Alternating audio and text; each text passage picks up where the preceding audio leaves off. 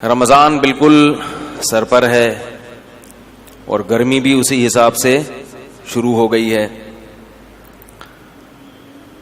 جن لوگوں نے روزے رکھنے ہوتے ہیں ان کی صحت پہ اس سے کوئی فرق نہیں پڑتا کہ سردیوں کے روزے ہوں گے یا گرمیوں کے، وہ تو رکھنے ہی رکھنے ہیں.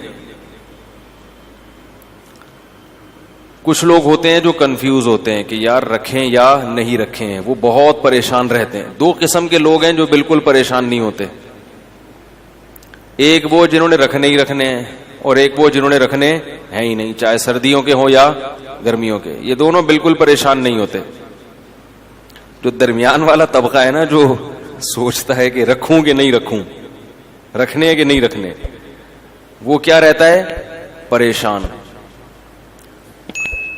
حضرت حکیم اختر صاحب رحمہ اللہ تعالی ایک بات فرمایا کرتے تھے کہ پریشانی کو اگر دور کرنا چاہتے ہو تو شان کو پرے کر دو. پریشانی کا مطلب پریشان، شان کو کیا کر دو؟ شان کا مطلب ہماری بھی کوئی شان ہے، ہماری بھی کوئی سوچ ہے. کوئی سوچ نہیں ہے. اللہ جو کہے گا وہ ہم کریں گے. گرمی ہے، سردی ہے، خزاں ہے، بہار ہے، روزہ تو بہرحال روزہ ہے، وہ تو رکھنا ہے. تو اس سے انسان سکون میں رہتا ہے. ہمیشہ وہ شخص پریشانی والی زندگی گزارتا ہے جو کسی بھی معاملے میں کنفیوز ہوتا ہے. جو غیر مسلم ہے نا، غیر مسلم، اللہ نے ان کی بے سکونی کی قرآن مجید میں جو وجہ بیان کی ہے، وہ وجہ یہی ہے کہ وہ ساری زندگی کنفیوز رہتے ہیں. کنفیوز ہونے کی وجہ سے ان کا فیوز اڑ جاتا ہے. تو جو جتنا کنفیوز ہوگا اس کی لائف اتنی ہی ایک مشکلات کا شکار ہوگی. قرآن میں اللہ نے مثال دی ہے غیر مسلم کی، کیونکہ ان کی حالت کیا ہوتی ہے؟ پہلا تو یہ کہ ان کو یہ پتا نہیں ہے کہ آخرت ہے یا نہیں ہے. سمجھ رہے ہیں؟ یہی نہیں پتا ان کو. یہ دنیا ہی سب کچھ ہے، تو اس دنیا میں اچھا کیا ہے اور برا کیا ہے، یہی ڈیفائن کرتے کرتے اسی کو سمجھتے سمجھتے پوری زندگی لگ جاتی ہے. مدرسے والے راستے میں کسی صاحب نے گاڑی غلط پارک کر دی، اس کو ہٹائیں، سرمئی رنگ کی گاڑی ہے، بھائی ایسا نہ کیا کریں یار. تو ساری زندگی یہ اس مدرسے والے راستے میں اس طرف یہاں کسی نے گاڑی سرمئی رنگ کی غلط پارک کر دیا، ہم دیکھ نہیں رہے، آنکھیں بند کر رہے ہیں، جو بھی اٹھ کے چلا جائے بھائی. وہ شرمندگی وجہ سے ہو سکتا ہے نہیں اٹھ رہے ہو نا، صحیح ہے. تو ابھی تک کوئی نہیں اٹھ رہا بھائی. اگر ہم دیکھ بھی لیں تو کیا ہے، آنکھیں بند کریں گے، جیب کترے بھی آتے ہیں نا بیان میں، مسئلہ یہ ہے. تو وہ کہیں جیب سے کچھ نکال نہ لیں. تو وہ ایک آدمی نے کہیں کسی تقریب میں بیوی کا ہار کسی نے چوری کر لیا، سونے کا ہار تھا، کوئی دے ہی نہیں رہا. تو اس آدمی نے ایک پیالہ رکھا اور لائٹیں بند کر دیں اور اعلان کیا کہ بھائی جس نے بھی یہ ہار لیا ہے چپکے سے اس میں ڈال دے، ہم کسی کے سامنے نام ظاہر نہیں کریں گے، لائٹ آف ہے، جو بھی ہے کر لے اللہ کا واسطہ. تھوڑی دیر میں جب لائٹ آن کی تو پیالہ بھی غائب تھا. جب لائٹ آن کی ہے تو بھائی جو چور ہے وہ اتنا شریف تھوڑی ہوگا کہ وہ رکھ کے چلا جائے. اس نے کہا چلو ایک چانس اور ملا ہے. تو پہلے میرا پروگرام تھا ہم آنکھیں بند کر لیں تاکہ جن صاحب نے گاڑی غلط پڑ لی، مجھے خیال آیا کہ یار آنکھیں بند کر کے کوئی مسئلہ نہ ہو جائے. آنکھیں بند کریں گے نا تو پھر جب کھولیں گے آنکھیں تو پھر دوسرا اعلان ہو رہا ہوگا، بھائی ایک صاحب کی گھڑی غائب ہے، ہم آنکھیں بند کر رہے ہیں، جنہوں نے لیے ان کی جیب میں ڈال دے. اچھا خیر. تو اللہ تعالی نے غیر مسلم کی حالت کو، کیونکہ میں پہلے عرض کر رہا تھا کہ جس کے پاس اسلام نہیں ہے اسے یہی نہیں پتا کہ یہی زندگی اصل ہے یا اس کے بعد بھی کوئی زندگی ہے. یہی اصل ہے تو اس میں اچھا کیا ہے اور برا کیا ہے، وہ ہمیشہ کنفیوز رہتا ہے. کبھی وہ سوچتا ہے کہ اچھا وہ ہے جس کو میرے والدین اچھا کہیں، لیکن اس کی فطرت اس کو قبول نہیں کرتی. بات بات پہ اس کے اپنے پیرنٹ سے بھی جھگڑے ہوتے ہیں. حقوق کیا ہیں, کس کے کتنے حقوق ہیں, دینے ہیں نہیں دینے, اسی جنگ میں لڑتے لڑتے ان کی عمریں پوری ہو جاتی ہیں. اسی کنفیوژن میں کسی نے کنٹری کو خدا بنا لیا, ملک کو, لیکن وہ اس میں مطمئن نہیں ہوتا. اس سے جب سوالات پوچھے جائیں تو وہ خود پریشان ہوتے ہیں کہ بھئی یہ لکیریں بھی تو انسان کی کھینچی ہوئی ہیں. کسی نے یعنی حقوق کا سمجھ میں نہیں آ رہا اس کو کہ والدین کو رکھنا ہے کہ نہیں رکھنا, ان کے کیا حقوق ہیں. کسی نے دولت کو اپنا خدا بنا لیا. تو ایک چیز پھر یہ جتنے بھی مذہب والے لوگ ہیں نا, آہستہ آہستہ ایک طرف کو یہ جانے لگتے ہیں کہ بھئی اصل ہے پیسہ, کیونکہ اس سے تمام ضرورتیں پوری ہوتی ہیں. جس کے پاس پیسہ ہے اس کی چلتی ہے, جو چاہے گا وہ کر لے گا. لیکن اللہ تعالی نے انسان کی صلاحیتیں محدود رکھی ہیں. پیسے سے ساری چیزیں حاصل نہیں ہوتی. پیسے سے ساری چیزیں حاصل ہوتی ہیں تو بہت سے پیسے والے لوگ, ان کو مٹھائی سے پرہیز نہ ہوتا. کیا خیال ہے؟ بہت سے پیسے والے لوگ گوشت سے ان کو پرہیز ہوتا ہے. بہت سے پیسے والے لوگ بہت ساری چیزوں سے محروم ہوتے ہیں, نیند کی گولیاں کھانی پڑتی ہیں ان کو. تو اسی کنفیوژن میں نا کہ صحیح کیا ہے غلط کیا ہے, اللہ نے اس کی ایک مثال دی ہے. فرمایا کہ كَظُلُمَاتٍ فِي بَحْرِ اللُّجِّيِّ يَغْشَاهُ مَوْجٌ مِّن فَوْقِهِ مَوْجٌ مِّن فَوْقِهِ سَحَابٌ. ایسی زبردست مثال ہے نا خاندانی, اس سے بہتر مثال غیر مسلم کی اور کافر کی دل کی حالت کو ڈیفائن کرنے کے لیے ہو ہی نہیں سکتی. خود یہ قرآن کی بہت بڑی بلاغت ہے. یعنی مجھے اور آپ کو اگر کہا جاتا کہ ایک آدمی حیران ہے, سرگردان ہے, اس کے پاس لائف اسٹائل ہے ہی نہیں کہ صحیح کیا ہے غلط کیا ہے, وہ روزانہ صبح اٹھ کے سوچتا ہے کہ میں صحیح سمت میں جا رہا ہوں کہ غلط سمت میں جا رہا ہوں, کیا کرنا ہے کیا نہیں کرنا. تو اس کی جو حیرانی ہے, پریشانی ہے, اس کو آپ مثال سے واضح کریں تو ہم کتنی ہی مثالیں لے کر آتے. قرآن نے جو مثال پیش کی ہے اس مثال سے بہتر مثال نہیں ملے گی. قرآن نے کہا کظلمات, کئی اندھیرے ہوں. مثال دی ہے اس کی پریشانی کو, جیسے آپ کسی روڈ پہ چل رہے ہیں, راستے پہ چل رہے ہیں. اب راستہ نظر ہی نہ آئے آپ کو اگر, یا آپ کو یہی نہ پتا ہو کہ میں جس راستے پہ چل رہا ہوں یہ میری منزل تک جا بھی رہا ہے کہ نہیں جا رہا. دیکھو آپ بائی روڈ کوئٹہ جا رہے ہیں, آپ نے گاڑی لے کے نکال لی, لیکن کوئی سائن بورڈ نظر نہیں آ رہا جو بتا رہے کہ یہ کوئٹہ یہاں سے اتنے کلومیٹر ہے. کوئی سائن بورڈ یہ نہیں بتا رہا کہ یہ حیدرآباد جا رہے ہیں. اب آپ چلتے چلے جا رہے ہیں تو ہر لمحہ آپ کی ٹینشن بڑھتی چلی جائے. یار میں دور ہو رہا ہوں یا قریب ہو رہا ہوں, یہ کہیں ایسے ہی تو نہیں قیامت تک چلتا ہی رہوں گا میں. جیسے وہ جنازہ لے کے چلے تھے نا چرسی, نئے لوگ بھی آتے ہیں نا. ایک چرسی کا انتقال ہو گیا, چرسی کی موت ہو گئی, تو باقی چرسیوں نے کہا یار اس کا کیا کریں, پیسے ویسے تو ہوتے نہیں دفنانے کے. انہوں نے کہا فی الحال لے کے چلو, دیکھتے ہیں کیا کرنا ہے. چرسیوں میں بڑا ایکا ہوتا ہے آپس میں.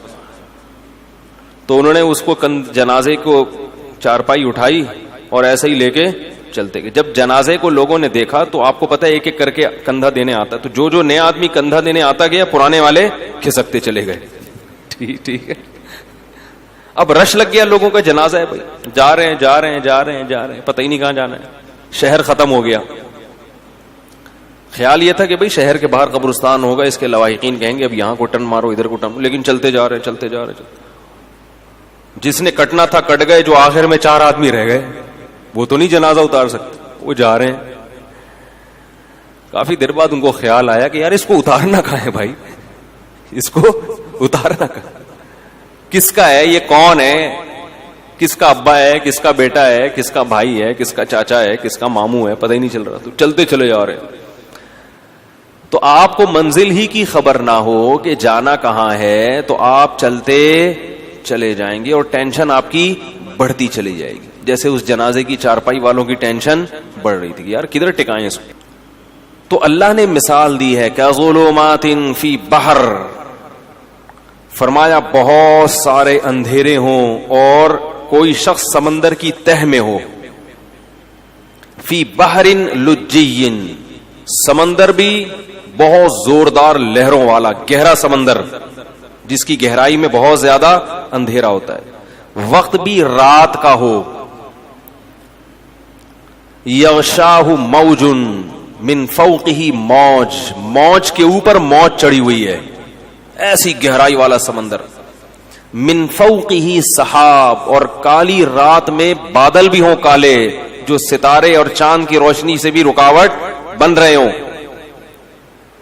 اور اندھیرے کا یہ عالم ہے، اذا اخرج یدہ لم یکد یراہا، جب اپنا ہاتھ نکال کے وہ دیکھنا چاہتا ہے تو اس بات کا کوئی امکان ہی نہیں ہے کہ ہاتھ بھی دیکھ سکے، یعنی کہ ہاتھ دیکھ نہیں پا رہا، یہ ممکن ہی نہیں ہے، اس کا بھی تصور نہیں ہے۔ حضرت حکیم الامہ مولانا اشرف علی تھانوی رحمہ اللہ تعالی کی جو تفسیر ہے نا بیان القرآن، ایسی خاندانی تفسیر میں نے آج تک نہیں دیکھی۔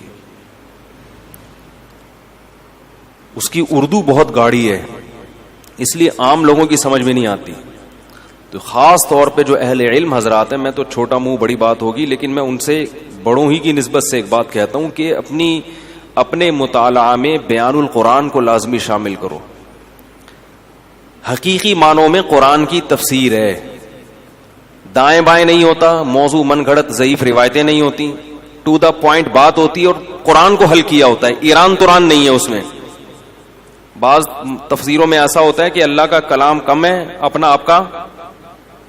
آپ کا اپنا پروگرام اس میں زیادہ، پھر ہر شخص نے تفسیر کو بھی اپنے حساب سے ڈھالنے کی کوشش کی ہے، ہر آدمی نا آیتوں سے اپنے مطلب نکال کے اس کو، تو بیان القرآن ایک ایسی تفسیر ہے اردو میں مگر گاڑی اردو ہے، ٹو دا پوائنٹ بات ہوتی ہے، ایسا خاندانی ترجمہ، ہوائی فائرنگ نہیں ہے اس میں، ترجمہ کیسا خاندانی کہ اگر انہوں نے کہیں ہی کا لفظ بڑھایا ہے تو حاشیہ چڑھایا کہ میں نے اس ترجمے میں ہی کیوں بڑھایا ہے، یہ کس قاعدے سے، عربی کے کس قاعدے سے استدلال کیا ہے، بھی کا لفظ بڑھایا ہے تو حاشیے میں عربی میں لکھا ہے کہ یہ بھی میں نے کیوں بڑھایا ہے، اس میں بھی کا لفظ کیوں بڑھایا ہے، ایک ایک لفظ میں کہیں عظیم کا لفظ بڑھا دیا، کہیں تنوین سے کیا، یعنی اتنی عربی گرامر کی باریکیاں ہیں کہ وہ علماء ہی سمجھ سکتے ہیں کہ یہ کیسی تفسیر، عوام کو کی پلے پڑنے والی نہیں ہے، یہ بھی پہلے بتا دوں، اردو بہت گاڑی ہے اس کی۔ تو بیان القرآن میں یہ لکھا ہے، اس میں بلاغت کے نکات بھی ہوتے ہیں، انہوں نے لکھا ہے کہ ہاتھ کی مثال اللہ نے کیوں دی ہے، اذا خرج یدہ، اللہ نے کہا کہ اتنا اندھیرا ہے کہ ہاتھ نکال کے دیکھنا چاہے تو وہ بھی نظر نہیں آتا، فرمایا اس لیے کہ ہاتھ کو اپنے حساب سے قریب اور دور کر سکتے ہیں، بعض لوگوں کی دور کی نظر کمزور ہے، بعض کی قریب کی نظر کمزور ہے، ہاتھ کے علاوہ جو ہے نا، ہاتھ جب آپ ایسے کریں، ایسے کر لو، تھوڑا دور کر لو، یوں آنکھیں پھاڑ کے تھوڑا سا، اور اپنے حساب سے مینج کر سکتے ہو آپ اس کو، اپنا ہاتھ بھی اگر سجائی نہیں دے رہا کس قدر اندھیرا ہوگا۔ تو اللہ فرماتے ہیں اس شخص کی مثال ہے کس کی، جس کے پاس ہدایت کی روشنی نہیں ہے، جیسے یہ حیران سرگردان سفر کرے گا، اب اس کو کیا پتا کہ اگلا قدم میں نے کہاں رکھنا ہے، اگلے قدم میں کھائی ہے یا پھول بچھے ہوئے ہیں یا قالین بچھے ہوئے ہیں، ساری زندگی اسی قسم پرسی میں گزارے گا جو شخص، اس کی دل کی حالت کیا ہوگی، دماغ کی حالت کیا ہوگی، کیسی پریشانی ہوگی۔ یہ دنیا کا عذاب ہے ان لوگوں کے لیے جو شریعت کو فالو نہیں کرتے، ہر شخص کو خوش کرنے کی کوشش میں لگے ہوئے ہیں، داڑھی کیوں نہیں رکھی جاتی، لوگ کیا کہیں گے، تو کیا بغیر داڑھی والوں سے لوگ خوش ہیں بھائی، میں اچھا نہیں لگوں گا، ملا سا لگوں گا، لوگ کیا کہیں گے، تو بھائی لوگوں کا تو میں تو اب تو مجھے تو یوٹیوب پہ سب سے آیا ہوں نا، کوئی صفائی پہ بیان کرو، اس بیان پہ پھر کمنٹس آتے ہیں۔ ابھی میں نے الہدیٰ انٹرنیشنل پر بیان کیا، میں نے یہ نہیں کہا کہ معاذ اللہ وہ فرحت ہاشمی صاحبہ معاذ اللہ کوئی غلط خاتون ہے یا وہ غلط کام کر رہی ہیں، یعنی جو درس قرآن کے حوالے سے، یا ان کے درس اچھے نہیں ہیں، کچھ بھی نہیں میں نے کہا، ایک اختلافی مسئلہ بیان کیا کہ بھئی ان کے اس مسئلے سے ہمیں کیا ہے اختلاف ہے، تو وہ بھی تو بیان کرتی ہیں نا، بھئی جمہور امت کے خلاف انہوں نے ایک مسئلہ بیان کیا، اس پہ تو کوئی نیگیٹو کمنٹ نہیں کرے گا، ہم نے بتایا کہ بھئی وہی مسئلہ درست ہے جو جمہور امت کا ہے, اس پہ دلائل دے دیے, کوئی طنز نہیں, کوئی کیچڑ نہیں, کوئی کفر کے فتوے نہیں, کوئی گمراہی کے فتوے نہیں. لیکن آپ دیکھو اس پہ کمنٹس. آج میں دیکھ رہا تھا کسی فیس بک پہ, ابے ان لوگ کو تو اپنے بزرگوں کی جو ہے نا وہ غلط باتوں کو سیدھے کرنے سے فرصت ہی نہیں ملتی. بھائی ہم نے بزرگوں کی بات کب کی ہے؟ اس میں قرآن و سنت کی بات کی ہے. اور اگر بزرگ کی بات کر رہے ہیں تو ہم اپنے نہیں, وہ آپ کے بھی بزرگ ہیں, وہ ساری امت کے بزرگ ہیں. امام شافعی صرف ہمارے تھوڑی ہیں, امام احمد ابن حنبل صرف ہمارے تھوڑی ہیں. کسی نے یہ بھی کمنٹس کیے کہ امام ابو حنیفہ اگر پوری امت میں اکیلے چل رہے ہو تو بھی تو آپ جمہور سے ہٹ کے امام حنیفہ کی بات کو مانتے ہو. پہلی بات یہ کہ امام ابو حنیفہ پر آج کے لوگوں کو قیاس نہیں کیا جا سکتا, وہ مجتہد تھے. دوسری بات یہ کہ امام ابو حنیفہ کے بھی بہت سے اقوال ایسے ہیں جن کو حنفیوں نے ترک کیا ہے, جو پوری امت سے الگ تھے. میں ان کی مثال دوں گا تو بات لمبی ہو جائے گی. تو اس لیے وہی بات ہے کہ ایک بات کرو پھر اس پہ کمنٹس, پھر بات کرو تو کوئی فائدہ نہیں ہے. حضرت مولانا طاہر جمیل صاحب سے ملاقات ہوئی, انہوں نے فرمایا کہ چھوڑ دو پبلک کو اپنے حال پہ, یہ کبھی بھی آپ کو جینے, ان کا کام ہے منفی چیزیں نکال کے بس کچھ نہ کچھ کرتے رہنا. تو یہ کوئی اختلاف کی مسئلہ, اختلاف اور فرقواریت کی بات نہیں ہے کہ ایک عالم اگر اپنی رائے بیان کرے دلائل سے دوسرے کے احترام کے ساتھ, تو اس کا یہ مطلب نہیں ہوتا کہ ہم دوسرے کو غلط سمجھ رہے ہیں یا سارے سلسلے غلط ہیں, بس میں ہی جنت میں جاؤں گا باقی سارے کہاں جائیں گے؟ جہنم میں. ایسا یہ مقصد نہیں ہوتا. تو خیر, تو اللہ تعالی نے یعنی دنیا میں سزا کیا دی ہے.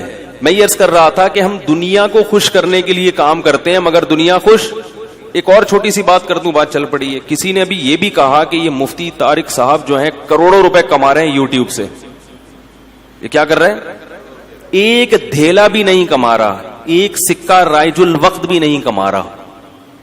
نہیں آ رہی بات؟ میرا جو اپنا چینل ہے وہ بھی ابھی تک ہم نے رجسٹرڈ نہیں کیا, اور میرے بیانات سے لوگ کروڑوں روپے کما چکے ہیں جن پر میں نے کوئی پابندی نہیں لگائی اور ان سے ایک روپیہ بھی نہیں مانگا.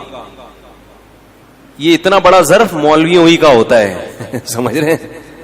حالانکہ میں اگر ان سے کہوں کہ آپ 80% مجھے دیں گے, 20% آپ رکھیں گے, تو ان کو ماننا پڑے گا یہ, اور وہ پھر بھی مجبور ہوں گے کیونکہ وہ میرے بیانات سے اتنے پیسے کما رہے ہیں. نہیں آ رہی میرا خیال ہے بات؟ پھر بھی نہیں میں کہتا ان سے, مجھے غیر اخلاقی حرکت لگتی. ٹھیک ہے یار, کمانے دو, بیان تو پھیلا رہے ہیں نا, تبلیغ تو ہو رہی ہے, لیکن اس کے کچھ نقصانات سامنے آئے ہیں. تو ان نقصانات کو کنٹرول کرنے کے لیے پھر ہم ابھی اس کو اپنے چینل کو رجسٹرڈ کروا رہے ہیں. تو اس پہ بھی چونکہ اس لیے کہہ رہا ہوں کہ جب رجسٹرڈ نہیں ہے تو کروڑوں روپے کے تانے سننے کو مل رہے ہیں. رجسٹرڈ ہوگا تو پھر کیا ہوگا. اور یوٹیوب کے ذریعے اگر کوئی عالم پیسے کماتا ہے تو بالکل حلال ہے, اس میں کوئی پابندی بولو بھائی نہیں ہے. اگر میں بھی کمانا شروع کر دوں تو مجھے بھی اس پہ پھر صفائی پیش کرنے کی ضرورت نہیں رہے گی. جائز ہے بالکل یہ, اس لیے کہ یہ لوگوں سے نہیں کمائے جا رہے ہیں. یعنی یہ جو لوگ چینل کے ذریعے پیسے کما رہے ہیں, مختلف چینلز ہیں, تو لوگ مجھے کہتے ہیں یہ تو آپ کے چینل سے پیسے کما رہے ہیں, ان کو روکو. میں نے کہا پیسے کمانے سے کیوں روکوں میں کسی کو بھائی؟ وہ پبلک سے پیسے کما رہے ہوتے ہیں نا کہ ہم مفتی صاحب کا بیان جب دیں گے آپ کو, جب 50 روپے کا ایک بیان, تو یہ غلط ہوتا ہے یار, نصیحت کی بات ہے. وہ گوگل سے کما رہے ہیں کیونکہ گوگل بھی فری میں, گوگل خود کما رہا ہے. تو جو آدمی کما رہا ہو نا اس کو نچوڑنا چاہیے, بتا رہا ہوں ٹھیک ٹھیک. گوگل خود بھی تو یہ کام فری میں نہیں کر رہا, وہ آپ کے جو ویورز بڑھتے ہیں اس کو ایڈورٹائز ملتے ہیں, وہ اس سے کما رہا ہے, تو اس کا فرض بنتا ہے کہ وہ آپ کو بھی دیں. تو گوگل سے تو کماؤ بھائی, کیا خیال ہے؟ تو لیکن لوگوں نے الزام ہے کروڑوں روپے کما رہے ہیں, 1 روپیہ بھی نہیں کما رہا. تو لیکن کمانا غلط نہیں ہے, حلال کمائیے, جو چاہے مولانا صاحب کمائیں چاہے عام آدمی کمائے, کوئی حرج نہیں ہے. اور میں بے وقوف ہوں جو میں نہیں کما رہا, حقیقت بتا رہا ہوں. یہ کوئی مجھے کوئی یہ نہیں, کوئی فخر سے نہیں کہہ رہا کہ بھائی جب تمہیں گوگل پیسے دے رہا ہے, مفتی طارق مسعود صاحب کو دینے کے لیے تیار ہے, تو مفتی صاحب کیوں نہیں لے رہے؟ ٹھیک ہے, اچھا ہے اگر لے لیں, اپنے بچوں کو اور اچھا کھلا دیں تو کیا ہے. لیکن بات یہ کہ ہمارے پاس ٹائم ہی نہیں ہے, فرصت ہی نہیں ہے ان چیزوں کے سوچنے کی کہ بھائی یہ تو اب اتنی جو ہمارا شیڈول ہے وہ لائف کا اتنا ٹف ہے کہ یہ بھی نہیں پتا چلتا کہ ہمارے فائدے کی کیا کیا, دنیاوی فائدے کی کیا کیا چیزیں ہیں جن سے ہم فائدہ. میرے کچھ چھوٹے موٹے بزنس بھی ہیں, ان بزنس کا جو میں نے بیڑا غرق کیا ہوا ہے نا, مجھے کبھی کبھار میں اپنے آپ بولتا ہوں تم مجھے تو تنہائی میں ملو. دھمکی دے. میں بزنس نہیں بتاؤں گا کیونکہ میں یہاں اپنے کاروبار کی پبلسٹی کے لیے نہیں بیٹھا ہوا, لیکن ایسا بیڑا غرق کیا ہوا ہے اس بزنس کا میں نے, کسٹمروں کی ایسی کی تیسی کی ہوئی ہے کہ وہ کہتے ہیں یار یا تو مفتی صاحب یہ کاروبار چھوڑ دو ورنہ ہمیں ذلیل نہ کیا کرو. سمجھ رہے ہیں نا, جو بندوں کے میں نے ذمہ لگایا ہوا وہ بس چھوڑیں, وہ بات سے بات نکل جائے گی. اس لیے کہ ہمارے پاس فرصت, ہمارے حضرت نے نصیحت کی تھی کہ دین کے کام میں جت جانا, اللہ تعالیٰ رزق کی ضرورتیں خود بخود پوری کریں گے. کوئی ایسا کمائی کا ذریعہ ہو نا جس سے آپ کے دینی ایکٹیویٹیز میں کوئی فرق نہ پڑے, وہ تو ٹھیک ہے. کہیں بھی مجھے ٹائم دینا پڑتا ہے نا کسی کاروبار کے لیے, بزنس کے لیے, ٹائم کے علاوہ میرے پاس سب کچھ ہے, ٹائم نہیں دوں گا میں. ٹائم میں اپنے کاموں میں خرچ کروں گا, جو اللہ ٹوٹا پھوٹا ہم سے دین کا کام لے رہا ہے اس میں خرچ کریں گے, کیونکہ وہ اگر ہم اس میں لگ گئے نا تو پھر تو ہمیں ضرورت کیا تھی بھائی مولوی بننے کی. خیر, تو طنز, اعتراض, پتہ نہیں نیگیٹو باتیں, کوئی یا رسول اللہ پہ کلپ, کوئی فلانے پہ کلپ, صفائیاں پیش کر کر کے تھک گئے. بھائی ہم ان کو کافر نہیں کہتے, اللہ کے بندو, ان کے پیچھے نماز, اس کے پیچھے زکوٰۃ, اس کے پیچھے روزہ, یہی چل رہا ہے. تو وہی حضرت کی بات یاد آتی ہے, بھائی کام میں لگے رہو. اچھا یہ بھی ہے کہ وہ ابھی میں گیا تو فیصل آباد میں بڑی اسٹائلش ویڈیوز آئی ہیں میری, مفتی صاحب کے یہ اسٹائل ہاتھ کا, یہ جا رہا ہے وہ نا تقریر کرنا, یہ اسٹائل, میں خود دیکھ کے حیران ہو گیا. میں نے کہا کوئی فلم ہے یا کہ مفتی صاحب کا بیان. اس پہ بھی بعض لوگوں نے, بعض کو واقعی بدگمانی بھی ہوتی ہے کہ یار یہ کیا فلمی ہیرو کی طرح انہوں نے شروع کر دیا ہے, کے لیے بناتے ہیں.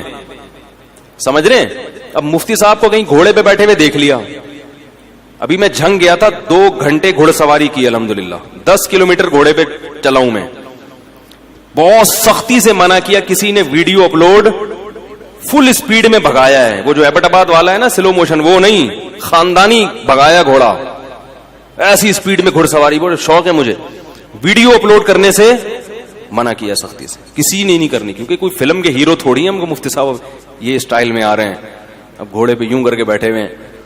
لیکن پھر بھی لوگ اپنے چینل کی پبلسٹی کے لیے کیا کرتے ہیں, بولو بھائی اپلوڈ کر دیں. البتہ بعض مرتبہ میں خود اپلوڈ ہونے دیتا ہوں تاکہ لوگوں کے, بعض ویڈیوز ایسی ہیں تاکہ لوگوں کے ذہنوں میں جو مولویوں کا غلط تصور بیٹھ گیا ہے نا یا دینداروں کا, وہ تصور نکلے.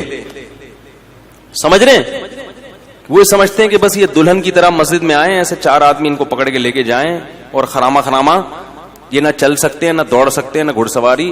اس سے نوجوان لوگوں کو تبلیغ بھی مقصد ہوتی ہے کہ ایسی پازیٹیو ایکٹیویٹیز میں اپنے اوقات کو, بولو بھائی, صرف کرو, گھوڑ سواری کرو, سوئمنگ کرو. دیکھو مفتی صاحب مولوی ہو کے گھوڑے پہ دوڑ رہے ہیں, کمبخت مائیں بچوں کو تانے دیں, وہ دیکھو مولوی ہیں, وہ مولوی ہو کے گھوڑ سواری پہ, ان کے بچے دیکھو کتنے ہیں ماشاءاللہ, وہ اتنے بچوں کے باپ ہو کے گھوڑے پہ دوڑ رہے. تو کمبخت 18-19 سال کا, تجھے صوفے سے اٹھ نہیں سکتا تو اپنے سہارے پہ, پولیس بلوانی پڑتی ہے تجھے دھکے لگانے کے لیے. تو تھوڑی غیرت دلائیں مائیں اپنے بچوں کو, باپ اپنے بیٹوں کو, تو یہ بھی ہمارے دین کا حصہ ہے. تو اس لیے جو یہی ہے کہ وہ چلتا رہے گا یہ سارا سیٹ اپ. تو خیر, تو اللہ تعالیٰ نے کیا مثال دی, ہمیں یس کر رہا تھا کہ ہم بھی کیا کرتے ہیں. کافر تو مکمل کنفیوز ہوتا ہے, مسلمان آدھا تیتر آدھا بٹیر. وہ کلمہ تو پڑھ لیتا ہے, جنت جہنم پہ یقین بھی کر لیتا ہے, لیکن آدھی شریعت کو فالو کرتا ہے. وہ اتوار کو بیان سننے آ جائے گا, جمعے کا بیان سن لے گا, لیکن بہت ساری چیزوں میں کیا کرے گا, یار نہیں یار یہ بیوی ناراض ہو جائے گی, یار یہ تو ابا, یہ تو دوست بولیں گے یار تم تو پروفیشنل مولوی لگ رہے ہو بالکل ہی, یار تم تو بالکل ہی یار یعنی عجیب سے ہو گئے ہو. اس طرح کی باتیں لوگ کرتے ہیں. تو ایسے لوگ یہ سمجھتے ہیں کہ ہم لوگوں کو خوش کر کے سکون کی زندگی گزاریں گے, حالانکہ وہ سکون کی زندگی نہیں گزار سکتے. کیوں؟ قرآن نے اس کو بڑا اچھی مثال سے سمجھایا ہے. فرمایا ضرب اللہ مثلا رجلا فیہ شرکاء متشاکسون ومثلا ورجلا سلما لرجل. فرمایا بتاؤ ایک آدمی ایسا ہے جس کے کئی آقا ہوں, کئی محبوب ہوں, اور وہ کئی محبوب بھی ایسے ہیں جن کے مزاجوں میں آپس میں بڑا اختلاف ہو. کئی محبوب ایسے ہیں جن کے مزاجوں میں آپس میں,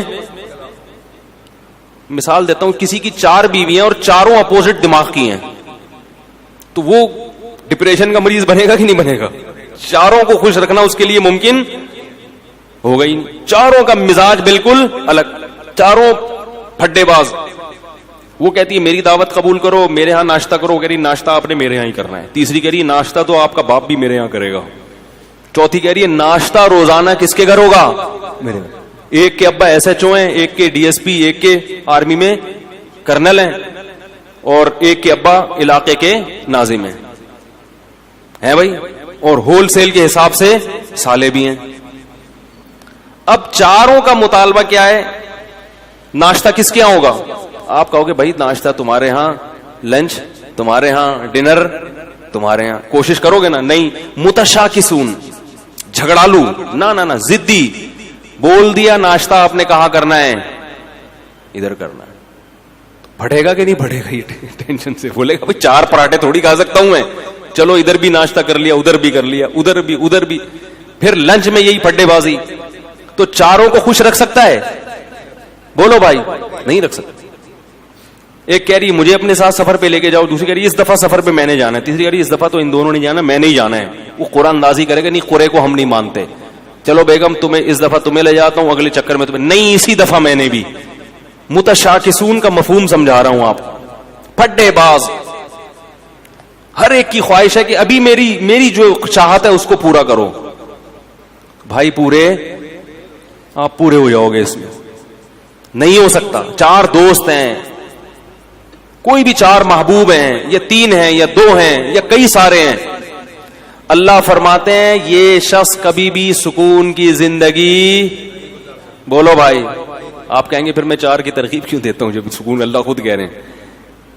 بھائی وہ اس لیے کہ ایسا ہوتا نہیں ہے کہ چاروں, ایک کا ناشتہ کر لو, ایک کے لنچ کر لو, ایک کے ڈنر کر لو, اگلے دن پھر ناشتہ یہاں کر لو. تو باریاں شریعت نے اسی پھڈے سے بچنے کے لیے, پھر بھی نہیں ہے تو پھر جاؤ ڈاکٹر کو دکھاؤ.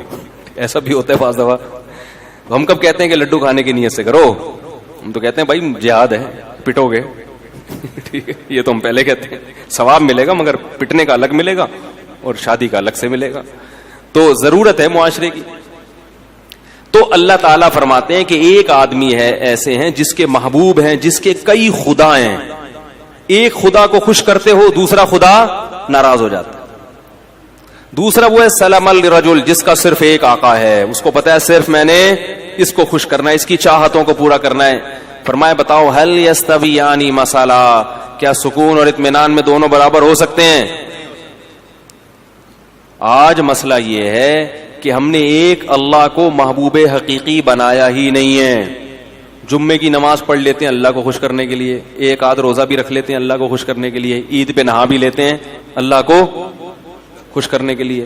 لیکن بہت سارے کام ہیں جن سے اللہ ناراض ہو رہا ہے, مگر بیوی بچے خوش ہو رہے ہیں, وہ بھی چلے گا ساتھ میں. جہیز بھی لے رہے ہیں, نفس خوش ہو رہا ہے اس سے, سود بھی کھا رہے ہیں, بینک کی جاب بھی کر رہے ہیں. رمضان میں جس دن دیکھا کہ یار ذرا آج بڑا مشکل لگے گا, آفس میں دل نہیں لگے گا اگر میں نے کچھ کھایا پیا نہیں, تو روزہ گول. ایک صاحب کا میرے پاس فون آیا کہ حضرت میں وہ 11 بجے آفس آیا ہوں, میں نے سوچا تھا کہ اگر گرمی سخت ہوئی تو چھوڑ دوں گا, گرمی کم ہوئی تو رکھ لوں گا, تو 11 بجے میں نیت کر سکتا ہوں, آج موسم اچھا ہے. میں نے کہا یار تم عجیب آدمی ہو, رکھنا ہے بھائی, یہ تو رکھنا ہی رکھنا ہے. تو کبھی کسی کو معبود کبھی کسی کو معبود, تو اس سے لوگ کیا ہوتا, اور یہ سب کیا ہیں, ایک دوسرے کے مخالف بھی ہیں. ساری مخلوق کو, سارے انسانوں کو آپ کبھی بھی خوش, سارے رشتہ داروں کو خوش نہیں کر سکتے. اماں کو خوش کرو تو بیوی ناراض, بیوی کو خوش کرو تو اماں ناراض, بہنوں کو خوش کرو تو بیگم ناراض. عجیب سا حساب چل رہا ہے. تو کہیں بھی نہیں ہو سکتا. اس لیے ایک قانون بنا دو بھائی, ہمارا رب کون ہے؟ اللہ ہے, سب سے پہلے وہ ہے, باقی سب اس کے بعد. ناراض ہوتے ہو تو ہوتے رہو, تم نے بھی مر کے مٹی ہو جانا ہے, ہم نے بھی مر کے مٹی. عزت کرو گے تو اچھی بات ہے, نہیں کرتے تم نے بھی مٹی. جنہوں نے عزت کی ہے فرعون کی ہے بھائی, وہ فرعون بھی گیا اور وہ عزت کرنے والے بھی گئے. فرعون غرق نہ بھی ہوتا تو بھی اب تک تو ویسے ہی مر چکا ہوتا. تو وہ رنگ رلیوں پہ زمانے کی نہ جانا اے دل, یہ خزاں ہے جو انداز بہار آئی ہے. جتنی مردی عزت ہو شہرت ہو, مٹی میں دفن کرنے کے بعد نا 2-4 دن کے بعد کوئی بھی یاد نہیں کرتا. ایسی دنیا کی حقیقت ہے. شہرت سے تو کبھی بھی متاثر نہیں ہونا چاہیے, اپنی بھی یا کسی اور کی بھی. بڑے بڑی لوگ آئے ہیں دنیا میں, بڑی بڑی شہرتیں حاصل ہوئی ہیں, غائب مرے تو 2-4 دن لوگ روئے ہائے ہوئے کیا ختم کہانی. تو اس لیے سب سے زیادہ مزے کی زندگی میں وہ ہے جس نے ایک اللہ کو اپنا رب بنا لی. وہ کہہ دے کر لو, کوئی روک نہیں سکتا اس کام سے. وہ کہے نہیں کرو, کوئی کروا کے نہیں, کسی میں دم ہے تو کروا کے دکھائے. میں جب وزیر آباد گیا, پرانی بات ہے, یہ واقعات سنانے کا مقصد کوئی اپنی قصے کہانیاں نہیں, جو بات قرآن کی بتانا چاہ رہا ہوں وہ دل میں بیٹھ جائے. میں جب وزیر آباد گیا نا تو وہاں وہ لوگ بھی سنتے میرا بیان, تو وہ یہ پرانی بات ہے, تقریباً 13-14 سال پرانی. تو انہوں نے 1 مہینہ رمضان کا میں نے وہاں گزارا, وہ میرے درس ہوئے, انہوں نے بڑا میرے درس کو پسند کیا. تو انہوں نے مجھے کہا کہ آپ یہیں ٹھہریں, اب آپ یہاں امامت بھی کریں اور یہاں خطابت بھی, ہم آپ کو اتنی تنخواہ دیں گے, حج کرائیں گے, یہ کریں گے. بڑا بھاری بھرکم لالچ. میں نے کہا نہیں, میں تو کراچی واپس جاؤں گا. میں نے کہا نہیں, میں تو, بچے بھی تھے میرے ساتھ, بہت اکرام کیا انہوں نے, واقعی بڑا اکرام کیا. وزیر آباد میں ایک مسجد ہے دارا کبوترا کے نام سے, وہ لوگ سنتے ہیں کبھی کبھار بیان تو سن رہے ہوں گے. یعنی 1 مہینہ میں نے اپنے گھر سے کھانا, کہتے ہیں 1 مہینہ نہیں کھائے, کوشش کے باوجود کہ بھئی آج ہم زبردستی مقابلے بازی. صبح سحری میں کھڑے ہوتے تھے, یہ دودھ لے کے دہی لے کے, بھائی خود بنانے دو یار گھر میں, عادت خراب ہو جائے گی. نہیں, پھر وہ افطاری میں پھر کھانا, وہ بھائی مزے ہی موجہ ہی موجہ. پنجاب والے ماشاءاللہ کھلانے پلانے میں, کراچی والے بھی کھلاتے ہیں کہ پنجاب والے کھاتے بھی ہیں نا, تو جو اب وہ اپنے حساب سے بھی کھلاتے ہیں. کراچی والا دو نہیں والے, وہ خود بھی پیٹ بھر جائے گا اس کا, آپ کو بھی وہ سمجھے گا پیٹ بھر گیا, سامنے والے صحتیں نہیں ہیں یہاں پہ. تو اب کیا ہوا ہے کہ وہ روزانہ صبح مجلس ہوتی, میرا درس کے بعد وہ بیٹھتے, بھائی آپ یہاں ٹھہرے, میں کہتا نہیں مجھے جانا ہے وغیرہ وغیرہ. 15 دن انہوں نے زور لگایا, انہوں نے دیکھا ٹکنے کا نام ہی نہیں لے رہا. انہوں نے کہا آپ کو پرابلم کیا ہے؟ میں نے کہا بھائی میں, جو میرے استاذ ہیں, جو میرے شیخ و مرشد ہیں, میں ان کا آدمی ہوں. میں کیا ہوں؟ میں ان کا آدمی ہوں. جب میں مدرسے میں آیا تھا تو میں نے اپنے آپ کو ان کے حوالے کر دیا تھا, کہ اب اپنی لگام ہم نے ان کے ہاتھ میں پکڑا دی, کیونکہ ان پر اعتماد تھا. ایسے ہی کسی کے ہاتھ میں نہیں لگام پکڑائی جاتی, پہلے ان کو پرکھا اچھی طرح, بھائی ان میں دنیا کی محبت نہیں ہے اور علم بھی ان کا کامل ہے. تو اب ہم بچے ہیں, ہم بجائے اس کے کہ اپنی زندگی کو خود متعین کریں, کسی بڑے کے حوالے کر دو. انہوں نے ہمیں پڑھایا, انہوں نے ہمیں لکھایا, یہ سارا علم جو ہم یہاں آ کے آپ کی خیال کے مطابق موتی بکھیر رہے ہیں, سب ان کی محنت ہے. اب ہمیں پیسوں کی آفر آ رہی ہے تو ہم ان کو ٹاٹا کر کے چلے جائیں, ایسا نہیں ہوگا. تو میں نے کہا کہ ان کو لیٹر لکھیں, وہ اگر مجھے کہیں گے نا کہ یہیں ٹھہرو تو آپ مجھے یہاں سے بھگا کے دکھاؤ پھر, ٹھیک ہے. اگر وہ مجھے کہتے ہیں کہ یہ مسجد سے جانا نہیں, تو میں نے کہا پھر آپ مجھے یہاں سے بھگا کے دکھاؤ. اور اگر وہ کہتے ہیں کہ یہاں نہیں رہنا, میں نے کہا آپ زنجیریں باندھ لو, مجھے جیسے موقع ملے گا میں وہ کاٹ کے بھاگ جاؤں گا. بے لگام اونٹ جو ہوتا ہے نا, شتر بے مہار, کبھی ادھر بھاگ رہا ہے کبھی ادھر بھاگ رہا ہے, وہ کسی کام کا نہیں ہوتا. جڑے پہلے مرکز متعین کرنے میں ٹائم لگائے, ایسا نہیں کہ کسی پہ بھی اعتماد کر کے اپنی زندگی کی لگام اس کے ہاتھ میں دے دی, ایسا نہیں ہے. پرکھنا پڑتا ہے, جانچنا پڑتا ہے. میں نے کہا ہمیں اپنے بڑوں پر الحمدللہ بھرپور اعتماد ہے, 8-10 سال ان کی صحبت میں ہم نے گزارے ہیں. میرا یہ خیال ہے کہ مجھے ان سے زیادہ بہترین لوگ اس دنیا میں مل ہی نہیں سکتے تھے. اللہ نے پتہ نہیں والدین کی کون سی نیکی قبول کی, ایسے لوگوں کے پاس ہمیں پہنچا دیا. تو اس کی برکتیں ہیں, اللہ تعالیٰ ٹوٹا پھوٹا کام لے رہا ہے. تو اس سے دیکھو یہ فائدہ کیا ہوا مجھے, کہ خیالات منتشر نہیں ہو رہے, سکون آ گیا طبیعت میں. بھائی وہ کہیں گے تو کر لیں گے, نہیں کہیں گے تو نہیں کریں گے. ورنہ انسان سوچتا, میں نے ایسے لوگوں کو بھی دیکھا, علماء کو بھی, جو پریشان کہ کیا کریں, اب ان کی زندگی بھی کس میں گزر رہی ہے, پریشان. پھر پیسے کی محبت آ جاتی ہے, یار دین کے تو یہ والے اس میں پیسہ زیادہ ہے تو ادھر چلو. جب پیسے کی طرف آئے تو پھر پیسہ اصل مقصد بن گیا, تباہ ہو گئے. تو ہمیشہ انسان کی سکون کس میں ہے, کہ وہ اس کو یہ پتا ہو کہ میں نے کس ٹریک پر زندگی گزارنی ہے. اس میں سکون ہے انسان کی طبیعت میں. آرام سے سکون سے. اکابر پرستی الگ چیز ہے. اکابر پرستی کا مطلب یہ کہ آپ کے بزرگ کچھ بھی الٹا سیدھا کریں آپ نے ان کو صحیح کرنا ہے. ایسا نہیں ہے الحمدللہ, یہ نہیں ہے. ہمارے بڑوں سے بھی بعض, ہماری کوئی حیثیت نہیں لیکن بعض چیزوں میں ہم بول دیتے ہیں کہ بھئی یہ والی رائے ہماری نظر میں, میرے شیخ تو 4 شادیوں کے قائل نہیں ہیں, میں نے اس میں اپنے شیخ کی مخالفت کی ہے. ٹھیک ہے, وہ نہیں قائل ہے اس کے. وہ کہتے ہیں زمانے میں, میں نے کہا نہیں ہونی چاہیے, میری دلائل ہے اس پہ, کتاب ہے. میں کہتا ہوں بھائی مجھے ان دلائل کا کوئی جواب دے. شیخ کے بارے میں یہ تصور کہ بھائی وہ دوسرے کاموں میں مشغول ہیں, دین کے کاموں میں, ان کو اس ٹاپک پر سوچنے کا موقع اگر وہ سوچتے تو وہ بھی یہی کہتے جو میں کہہ رہا ہوں. نہیں موقع ملا تو چھوڑو ان کو اپنے حال پہ, آپ اپنا چلو. لیکن ان کا بھی ظرف اتنا بڑا ہے کہ ان کو بھی پتا ہے کہ اس کی ایک اس بارے میں رائے ہے, اور جو چیز حلال ہے اس میں وہ پابندی. تو یہ بھی تو سلیکشن ہے نا ہماری, کہ ایسے لوگوں کو ہم نے سلیکٹ کیا ہے. ان کو بھی پتا ہے کہ حدود سے مرید کو اپنے حدود اللہ سے باہر. بعض شیخ کیا کرتے ہیں, مرید نے شادی کی خانقاہ سے کک آؤٹ, یا مرید نے کوئی ٹوپی ٹرینڈ نہیں کروائی تو خانقاہ سے کک آؤٹ. تو بھائی یہ ٹرینڈ وینڈ یہ جو شریعت تھوڑی ہے, یہ تو حدود اللہ پر قائم. خیر, تو سکون کس میں ہے؟ سکون ایک کو بڑا بنانے میں, اور وہ اصل کون ہے؟ اللہ. اس کو بڑا بنا لو, زندگی خدا کی قسم بڑی مزے کی گزرے گی. حضرت معاویہ رضی اللہ تعالی عنہ نے حضرت عائشہ رضی اللہ تعالی عنہا کو خط لکھا کہ اے, یعنی اپنی ماں کہہ کے خطاب کیا کہ آپ مجھے کوئی نصیحت کریں. حضرت عائشہ تو حضرت معاویہ سے عمر میں بہت چھوٹی تھیں, مگر جانتے تھے کہ پیغمبر کی زوجہ ہیں اور ہماری ماں ہیں, تو ان سے نصیحت لے رہے ہیں. فرمایا نصیحت مختصر ہو, جامع ہو, مختصر ہو. حضرت عائشہ نے نصیحت کی کہ جو لوگوں کو خوش کرنے کے لیے اللہ کو ناراض کرتا ہے, اللہ اس کو لوگوں کے حوالے کر دیتے ہیں, اور پھر لوگ بھی اس سے خوش نہیں ہوتے. اور لوگوں کی ناراضی کی پرواہ کیے بغیر اللہ کی رضا میں لگا رہے تو لوگ بھی کیا ہو جاتے ہیں, بالآخر خوش ہو جاتے ہیں. اس طرح کا مفہوم ہے, پورے الفاظ نہیں ہے یہ. تو ایک کو اگر اللہ بنا, خدا بنا لیا جائے نا, بس وہی ہے, تو سب سے پہلا فائدہ کیا ہوتا ہے زندگی میں؟ سکون. آپ کو منزل کا پتہ چل جاتا ہے.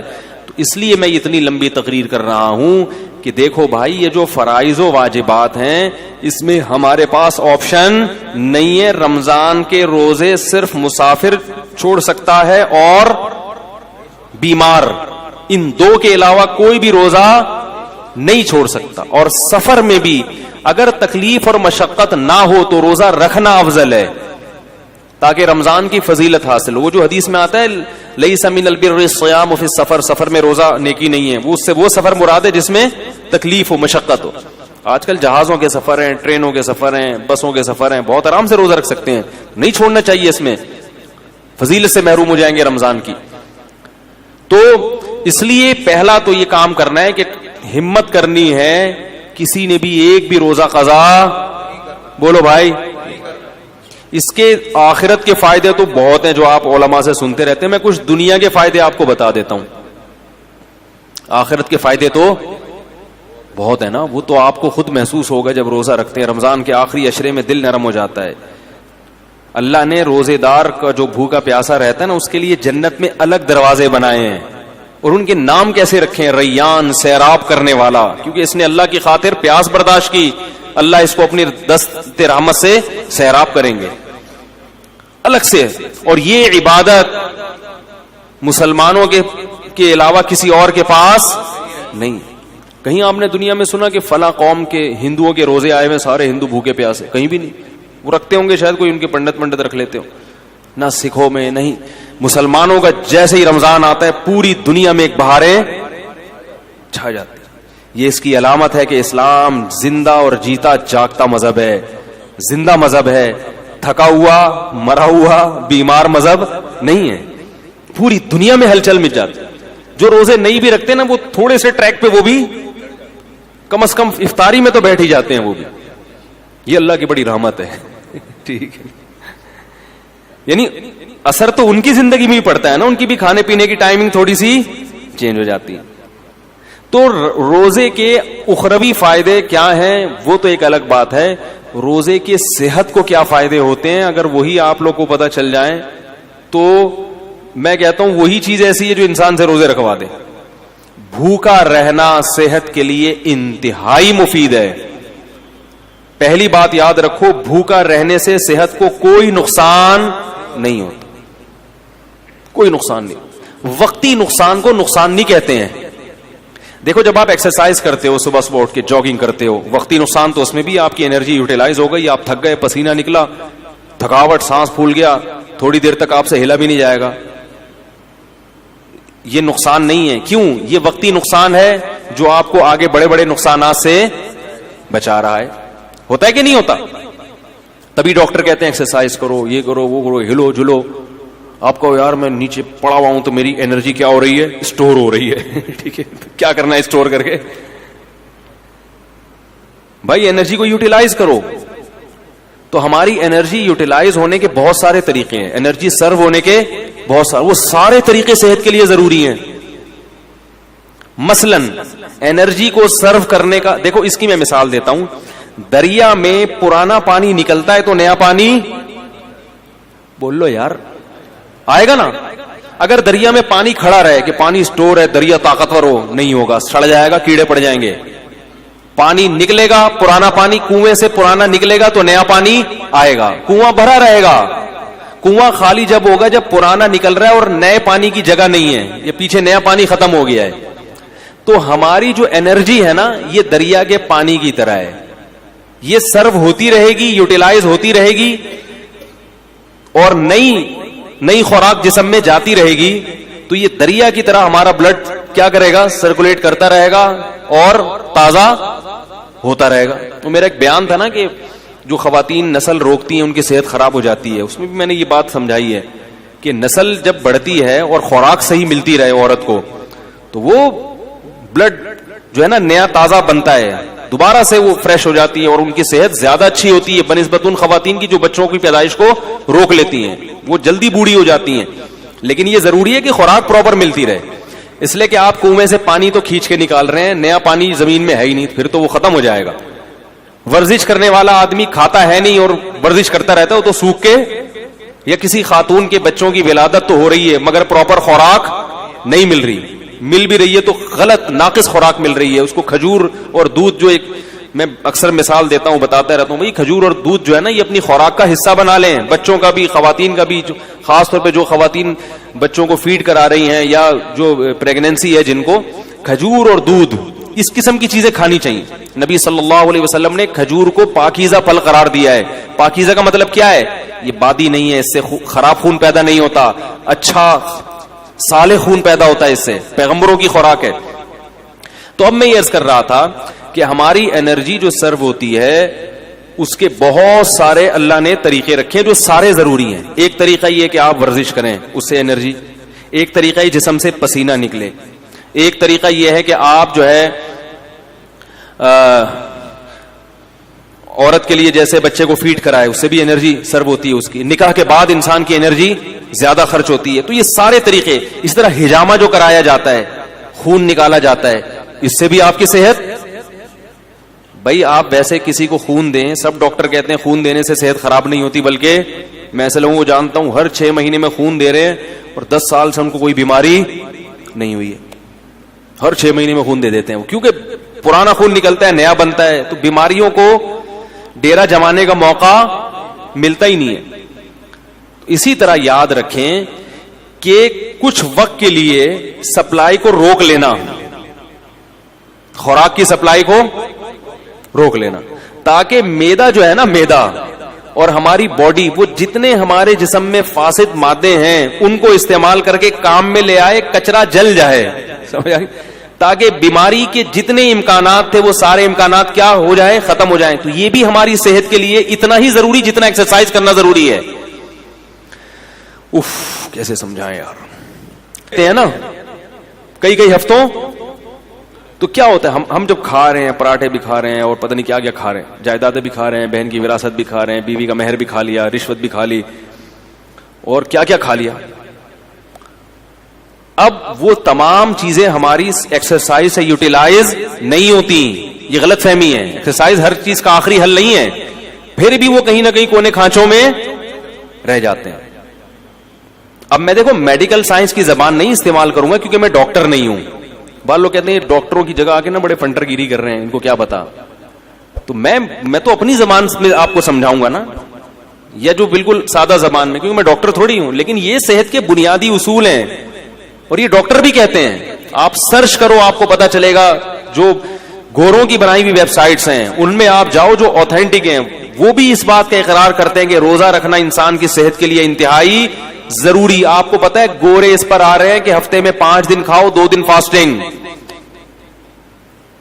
یہ بالکل اسلام ہے. نبی صلی اللہ علیہ وسلم نے ہفتے میں 2 دن روزہ رکھنے کا حکم دیا, سنت ہے پیر اور جمعرات کا روزہ. گورے بھی یہ تحقیق کر رہے ہیں کہ 5 دن کھاؤ, 2 دن بولو بھائی ناغا کرو. تو ہوتا کیا ہے کہ جب ہم بھوکے رہتے ہیں, وقتی طور پہ کمزوری ہوتی ہے, روزے میں ظاہر ہے کمزوری ہوتی ہے, ایسے فریش نہیں ہو. اثر کے بعد تو ایسے مرجے سے میں دیکھتا ہوں اثر کی نماز میں جو وہاں بیٹھا ہوا ہے تو ادھر بیٹھا ہوا ہے, کوئی کسی پہ اعتراض نہیں کر رہا. اور بعض دفعہ اس میں یہ بھی ہوتا ہے کہ چونکہ بھوک پیاس ہوتی ہے, کمزوری, تو کمزوری میں انسان کو غصہ زیادہ آتا ہے. تھوڑا سا چھیڑ دو تو ایسا چھڑے گا پھر وہ کھڑی کھڑی سنائے گا. دیکھیں دودھ کی دکانوں پہ, پکوڑوں کی دکانوں پہ افطاری کے وقت میں بڑے پڈے ہو رہے ہوتے ہیں.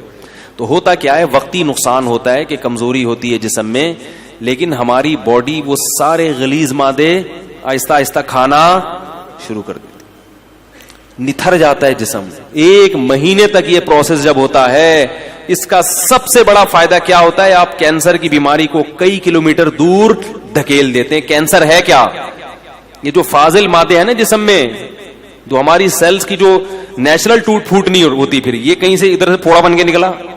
تو اس کو میں دیسی زبان میں کہوں گا, یہ جو پراٹھے ہیں نا جو ضرورت سے زیادہ کھا رہے ہو, یہ پھوڑے بن کے نکلنا شروع ہو جاتے ہیں. وہ جو ہمارے خلیے ہیں, جو سیلز ہیں, ان کی ٹوٹ پھوٹ غلط طرح سے ٹوٹ پھوٹ ہونے لگتی ہے. بچوں میں کینسر کے امکان کم کیوں ہوتا ہے, ان کی گروتھ ہو رہی ہے. وہ جو کھا رہے ہیں, جب آپ کی ایک عمر تک آپ پہنچ گئے, آپ کی گروتھ رک گئی, اب آپ جو اضافی کھاؤ گے وہ بیماری کی شکل میں ظاہر ہوگا. تو روزہ رکھنا یہ کینسر کو بولو بھائی دور کر دے. بلکہ بعض حکیموں کی مستند ذرائع سے ہمیں اطلاع ملی ہے کہ انہوں نے کینسر کا جو علاج کرایا ہے وہ مریض کو بھوکا رکھ کے کرایا. ایسے بھی کینسر کے مریض لا علاج مرض, جن کو بڑے بڑے ہسپتالوں نے کہہ دیا کہ یہ ٹھیک نہیں ہو سکتے, ان کو قبلہ حکیم نے کیا کیا, کھانا پینا چھوڑ دو اس کا. او ایسا بیچارہ سوکھ کے ہڈیوں کا ڈھانچہ, جب دیکھتے نا کہ مر رہا ہے تو 2 قطرے ٹپکا دیے گلوکوز کے, بس مرے نہیں. اس سے کیا فائدہ ہوا ہے کہ وہ جو کینسر کے جراثیم تھے نا, وہ بھی آہستہ آہستہ, بھائی ان کو بھی تو یہ پراٹھوں سے ہی وہ بھی تو یہی برگر پیزا جا رہا ہے نا, وہ بھی تو یہی کھاتے ہیں, ان کو بھی خوراک بولو بھائی نہیں ملی, وہ بھی کمزور ہو کے مر گئے. اور جب دیکھا ہے کہ قبلہ حکیم نے کہ یہ بالکل مر گئے ہیں, اب اس کو کھلانا شروع کر دیا. یہ علاج ہوا کرتا تھا پہلے زمانے میں کینسر کا, لیکن یہ بڑا خطرناک ہے, اس میں حضرت جی بھی ٹہل سکتے ہیں جراثیم کے ساتھ. خود یہ جو اتنا بڑا جرثوم ہے یہ بھی چلا گیا دنیا سے, لیکن اس طرح کئی لوگوں کا علاج ہوا ہے. تو اس اسٹیج پہ پہنچنے سے پہلے اگر انسان اپنے آپ کو بھوکا رکھنے کا عادی بنا لے تو اچھا نہیں ہے, کیا خیال ہے؟ تو یہ بہت مفید ہے صحت کے لیے. اور گرمیوں کے روزے زیادہ مفید ہیں کیونکہ اس میں پسینہ نکلتا ہے, پیاس کی شدت بڑھتی ہے, اس میں وہ روزے کے مقاصد جلدی حاصل ہوتے ہیں بنسبت سردیوں کے. یہ آپ کو جسمانی فائدہ ہوتا ہے. ایک جسمانی فائدہ آپ کو کیا ہوتا ہے, ایک اور, آپ میں قوت برداشت بڑھتی ہے. جو کھانے پینے والا آدمی ہے نا, ہر وقت اس کو کچھ نہ کچھ چاہیے, ورنہ اس کا دل نہیں لگتا. جب آپ کئی گھنٹوں بھوکے رہتے ہیں تو آپ بھوکے رہ کے بھی کام کرنے کے عادی ہو جاتے ہیں. اس کا فائدہ کیا ہوگا کہ آپ اس عادت کو مینٹین رکھ سکتے ہیں پھر پورے سال, کہ یار میں رمضان میں اتنا تھوڑا کھا کے اتنا اچھا چلا ہوں, تو اب میں دوپہر کھانا تھوڑا کھا کے کیوں نہیں چل سکتا. تو پورے سال پھر آپ کم کھانے پہ گزارا کر سکتے ہیں. اور اگر کم کھانے پہ آ گئے تو بیماریاں ویسے ہی, سارے مسائل ہی زیادہ. کینسر کے بہت بڑے اسپیشلسٹ آئے تھے میرے پاس, الحمدللہ ہر قسم کا طبقہ ہوتا ہے, شاید بیان بھی سن رہے ہو. وہ یو کے میں جو اسپیشلسٹ ڈاکٹر ہیں نا, ان کو پڑھاتے ہیں وہ, اس سے اندازہ لگائیں کہ وہ کتنے بڑے ڈاکٹر ہوں گے. تو وہ ملاقات کے لیے آئے, کہ میں تو وہ آئے تھے مجھ سے کچھ پوچھنے کے لیے. ہم نے کہا جب اتنے میں ڈاکٹر ہیں تو بجائے ہم سے پوچھیں ہم ہی پوچھنا شروع کر دیں. میں نے سوچا ہوگا تو لینے کے دینے پڑ گئے. تو میں نے ان سے ویسے ہی کچھ نالج حاصل کی. میں نے کہا یہ کینسر کی بیماری کی بنیادی وجوہات کیا ہوتی ہیں, کچھ نالج میرے پاس تھی جو میں شیئر کرنا چاہ رہا تھا ان سے. تو انہوں نے بھی وہی بات کی جو عام طور پہ سب کہتے ہیں کہ سب سے بڑی وجہ کینسر کی موٹاپا ہے. موٹاپے کا مطلب کیا؟ آپ اپنی ضرورت سے زیادہ کھا رہے ہو. اس زمانے میں ہر آدمی اپنی ضرورت سے زیادہ کھاتا ہے. ہماری ضرورت رمضان میں پتہ چل جاتا ہے ہمیں کتنی. کئی بار میں نے خود نوٹ کیا کہ بسا اوقات سحری کا ٹائم کم ہوتا ہے, 2-4 کھجورے کھا کے پانی پیتا ہے انسان اور پورا دن چلتا ہے بڑے آرام سے. اور پھر جب افطاری میں بیٹھتے ہیں 2 پکوڑے پیٹ میں جاتے ہیں. میں نے ان ڈاکٹر سے پہلے کہتے پکوڑے پہ پابندی نہیں لگائیں. پہلے میں بولتا پکوڑے کے خلاف میں کوئی تقریر اب اتنا بھی نہیں ہے نا, صحت بنانے کے چکر میں آدمی بالکل دلیے پہ آ جائے, کھچڑی پہ آ جائے. یہ بھی غلط ہے یار. کیا کرنا ہے اسی صحت کا بھائی. وہ چائنیز گرم پانی پی کے رہتے ہیں نا زندہ, لمبی لمبی عمریں ہوتی ہیں. میں نے کہا ٹھنڈا پانی پی کے مر جاؤ, یہ بہتر ہے گرم پانی پی کے. گرمیوں میں بھی گرم پانی پی رہے ہیں پاگل لوگ. کیا کرنا ہے ایسے؟ اتنی بھی ہمیں زندگی سے محبت نہیں ہے بھائی. تمیز سے زندہ رہنا ہے جتنا تمیز سے رہ سکتے ہیں, ٹھیک ہے نا. وہ ہمارے حضرت پر جب کچھ ہے نا, کچھ حضرت نے فتوے وتوے بڑے ایسے دیے ہوئے تھے, تو کچھ اس زمانے میں علماء کا قتل بہت ہو رہا تھا, تو حضرت نے گارڈ وارڈ رکھ لیے. تو وہ اتنا سخت سیکیورٹی کا نظام تھا کہ 24 گھنٹے گارڈ. حضرت نے فرمایا بھائی اس سے تو میں ویسے ہی مر جاتا بہتر, تو اتنے گارڈ مجھے نہیں چاہیے. تھوڑا دماغ ریلیکس ہو. ایسی زندگی کا کرنا کیا ہے جس میں 24 گھنٹے 6 آدمی ہر وقت سر پہ مسلط رہیں. تو کوئی بات نہیں, ہم شہید ہونا پسند ہے ہمیں, لیکن اتنی ٹینشن والی زندگی نہیں چاہیے ہم کو. تو 1-2 باقی گارڈ بگا دیے, صرف 1 یا 2 گارڈ رکھے تھے. پھر تو وہ گارڈ بیچارہ شہید ہو گیا. حضرت کو اس نے بڑے, پھر بھی حملہ ہوا تھا حضرت کے اوپر, وہ گارڈ شہید ہو گیا. خیر, تو اس سے کیا ہوتا ہے, کیا کہہ رہا تھا میں, بات یہاں کہاں سے آ گئی یار. ہاں, تو وہ ڈاکٹر کی بات کر رہا تھا. تو یہ سارے مسائل کہاں سے کھڑے ہوتے ہیں؟ موٹاپے سے ہوتے ہیں. ساری بیماریوں کی ابتدا کہاں سے ہوتی ہے؟ موٹاپے کا مطلب کیا ہے؟ زیادہ کھا رہے ہیں. تو 2 کھجورے کھاتا ہے انسان افطاری کے وقت میں اور پانی پیتا, کیسی کمر سیدھی ہو جاتی کہ نہیں ہو جاتی؟ 14 طبق روشن ہو جاتے ہیں. اس سے پتہ چل جاتا ہے کہ ہمیں زندہ رہنے کے لیے اور چلنے پھرنے کے لیے, باڈی کو رن کرنے کے لیے اتنا کھانے کی ضرورت, بولو بھائی, نہیں ہے جتنا ہم کھا رہے ہیں. تو روزے کا یہ بھی فائدہ ہے. تو میرے بھائی رکھو تو اللہ کے لیے, دنیا کے لیے نہ رکھو, لیکن غریبی میں یہ فائدے بھی انشاءاللہ ہوں گے. نظر تیز ہو جاتی ہے, دماغ صحیح کام کرنے لگتا ہے, قوت برداشت بڑھتی ہے. سب سے بڑی بات یہ کہ اسٹیمنا بڑھانا, یہ تو دنیا میں ہر شخص چاہتا ہے کہ میرا اسٹیمنا بڑھے. ہوتا ہے کہ نہیں ہوتا؟ بہت سے لوگ اس لیے بھاگتے ہیں تاکہ ہمارا اسٹیمنا بڑھے اور ہم زیادہ دیر تک بھاگ سکیں. جم خانے میں جو باڈی بلڈر وزن اٹھاتا ہے اس لیے کہ میرا اسٹیمنا بڑھے اور میں زیادہ سے زیادہ وزن, بولو بھائی, اٹھا سکوں. تو اسی طرح یہ بھی تو اسٹیمنا ہے کہ زیادہ سے زیادہ بھوکا رہ سکیں. اور یاد رکھو اللہ نے ہماری باڈی کو ایسا بنایا ہے کہ جس چیز کی عادت ڈالو باڈی اس کے لیے تیار ہو جاتی ہے. کم کھانے کی عادت ڈالو گے نا, باڈی اسی حساب سے اپنے آپ کو سیٹ کر لے گی. ٹھیک ہے اب اسی پہ آ گیا ہوں. جیسے گیس پہ گاڑی لے آؤ نا, ایک دفعہ گاڑی گیس پہ سیٹ ہو جاتی ہے, پیٹرول پہ جھٹکے لیتی ہے پھر وہ, ٹھیک ہے. پیٹرول پہ سیٹ ہے تو گیس پہ لانے میں, تو بالکل باڈی کا ایسا ہی ہے کہ باڈی کو پراٹھوں پہ سیٹ کر لو تو پراٹھے پہ سیٹ ہو جائے گی, وہ کافی چائے پہ سیٹ کر لو تو بوتلوں پہ کر لو, برگر پہ کر لو تو برگر پہ. اور اگر ان فضول چیزوں سے بچ کے کم کھانے پہ, اچھی خوراک پہ سیٹ کر لو گے تو باڈی اسی حساب سے اپنے آپ کو سیٹ کر لے گی. یہاں تک کہ آپ دیکھیں صحرائی علاقوں میں بہت کم پانی ہوتا ہے, اللہ اس کم پانی ہی میں ان کی باڈی کی تمام ضرورتیں پوری کر دیتے ہیں. آپ کو عجیب بات بتاؤں میں کہ جو چشموں میں رہنے والے لوگ ہیں, جہاں نہریں دریا ہیں, ان کی باڈی کو پانی کی ضرورت زیادہ ہوتی ہے, صحرائی آدمی کو پانی کی ضرورت کم ہوتی ہے, کیونکہ صحرا کے حساب سے اس کی باڈی ڈھل چکی ہوتی ہے. صحرائی پرندوں کو پانی کم چاہیے اور چشموں دریاؤں میں رہنے والے پرندوں کو پانی, اللہ نے ایسا فلیکسیبلٹی رکھی ہے نا انسان کے جسم میں, وہ اسی حساب. تو روزے میں ہم اسی حساب سے چلیں گے, باڈی اسی حساب سے اپنے آپ کو سیٹ کر لے گی, بشرطے کہ عید پہ آ کے اس کو بیڑا غرق نہ کریں. سمجھ آ رہی ہے بات؟ تو اس لیے یہ ساری بات اس طرف چلی گئی صحت پر. تو بھائی دل جمی کے ساتھ روزے رکھیں اور تراویح کی نماز بھی تسلی کے ساتھ پڑھیں. اچھا, میرا ایک تراویح پر بیان اپلوڈ ہونے والا ہے ابھی میری ویب سائٹ پر. 7-8 سال پہلے ہوا تھا کہ مفتی طارق مسعود صاحب کے بیانات سننے کے لیے youtube.com/مفتی طارق مسعود کو سبسکرائب کریں. اور اگر آپ لائیو ویڈیو کو کبھی بھی مس نہیں کرنا چاہتے ہیں تو سبسکرائب کرنے کے بعد بیل آئیکن پہ کلک کرنا مت بھولیں. جزاک اللہ.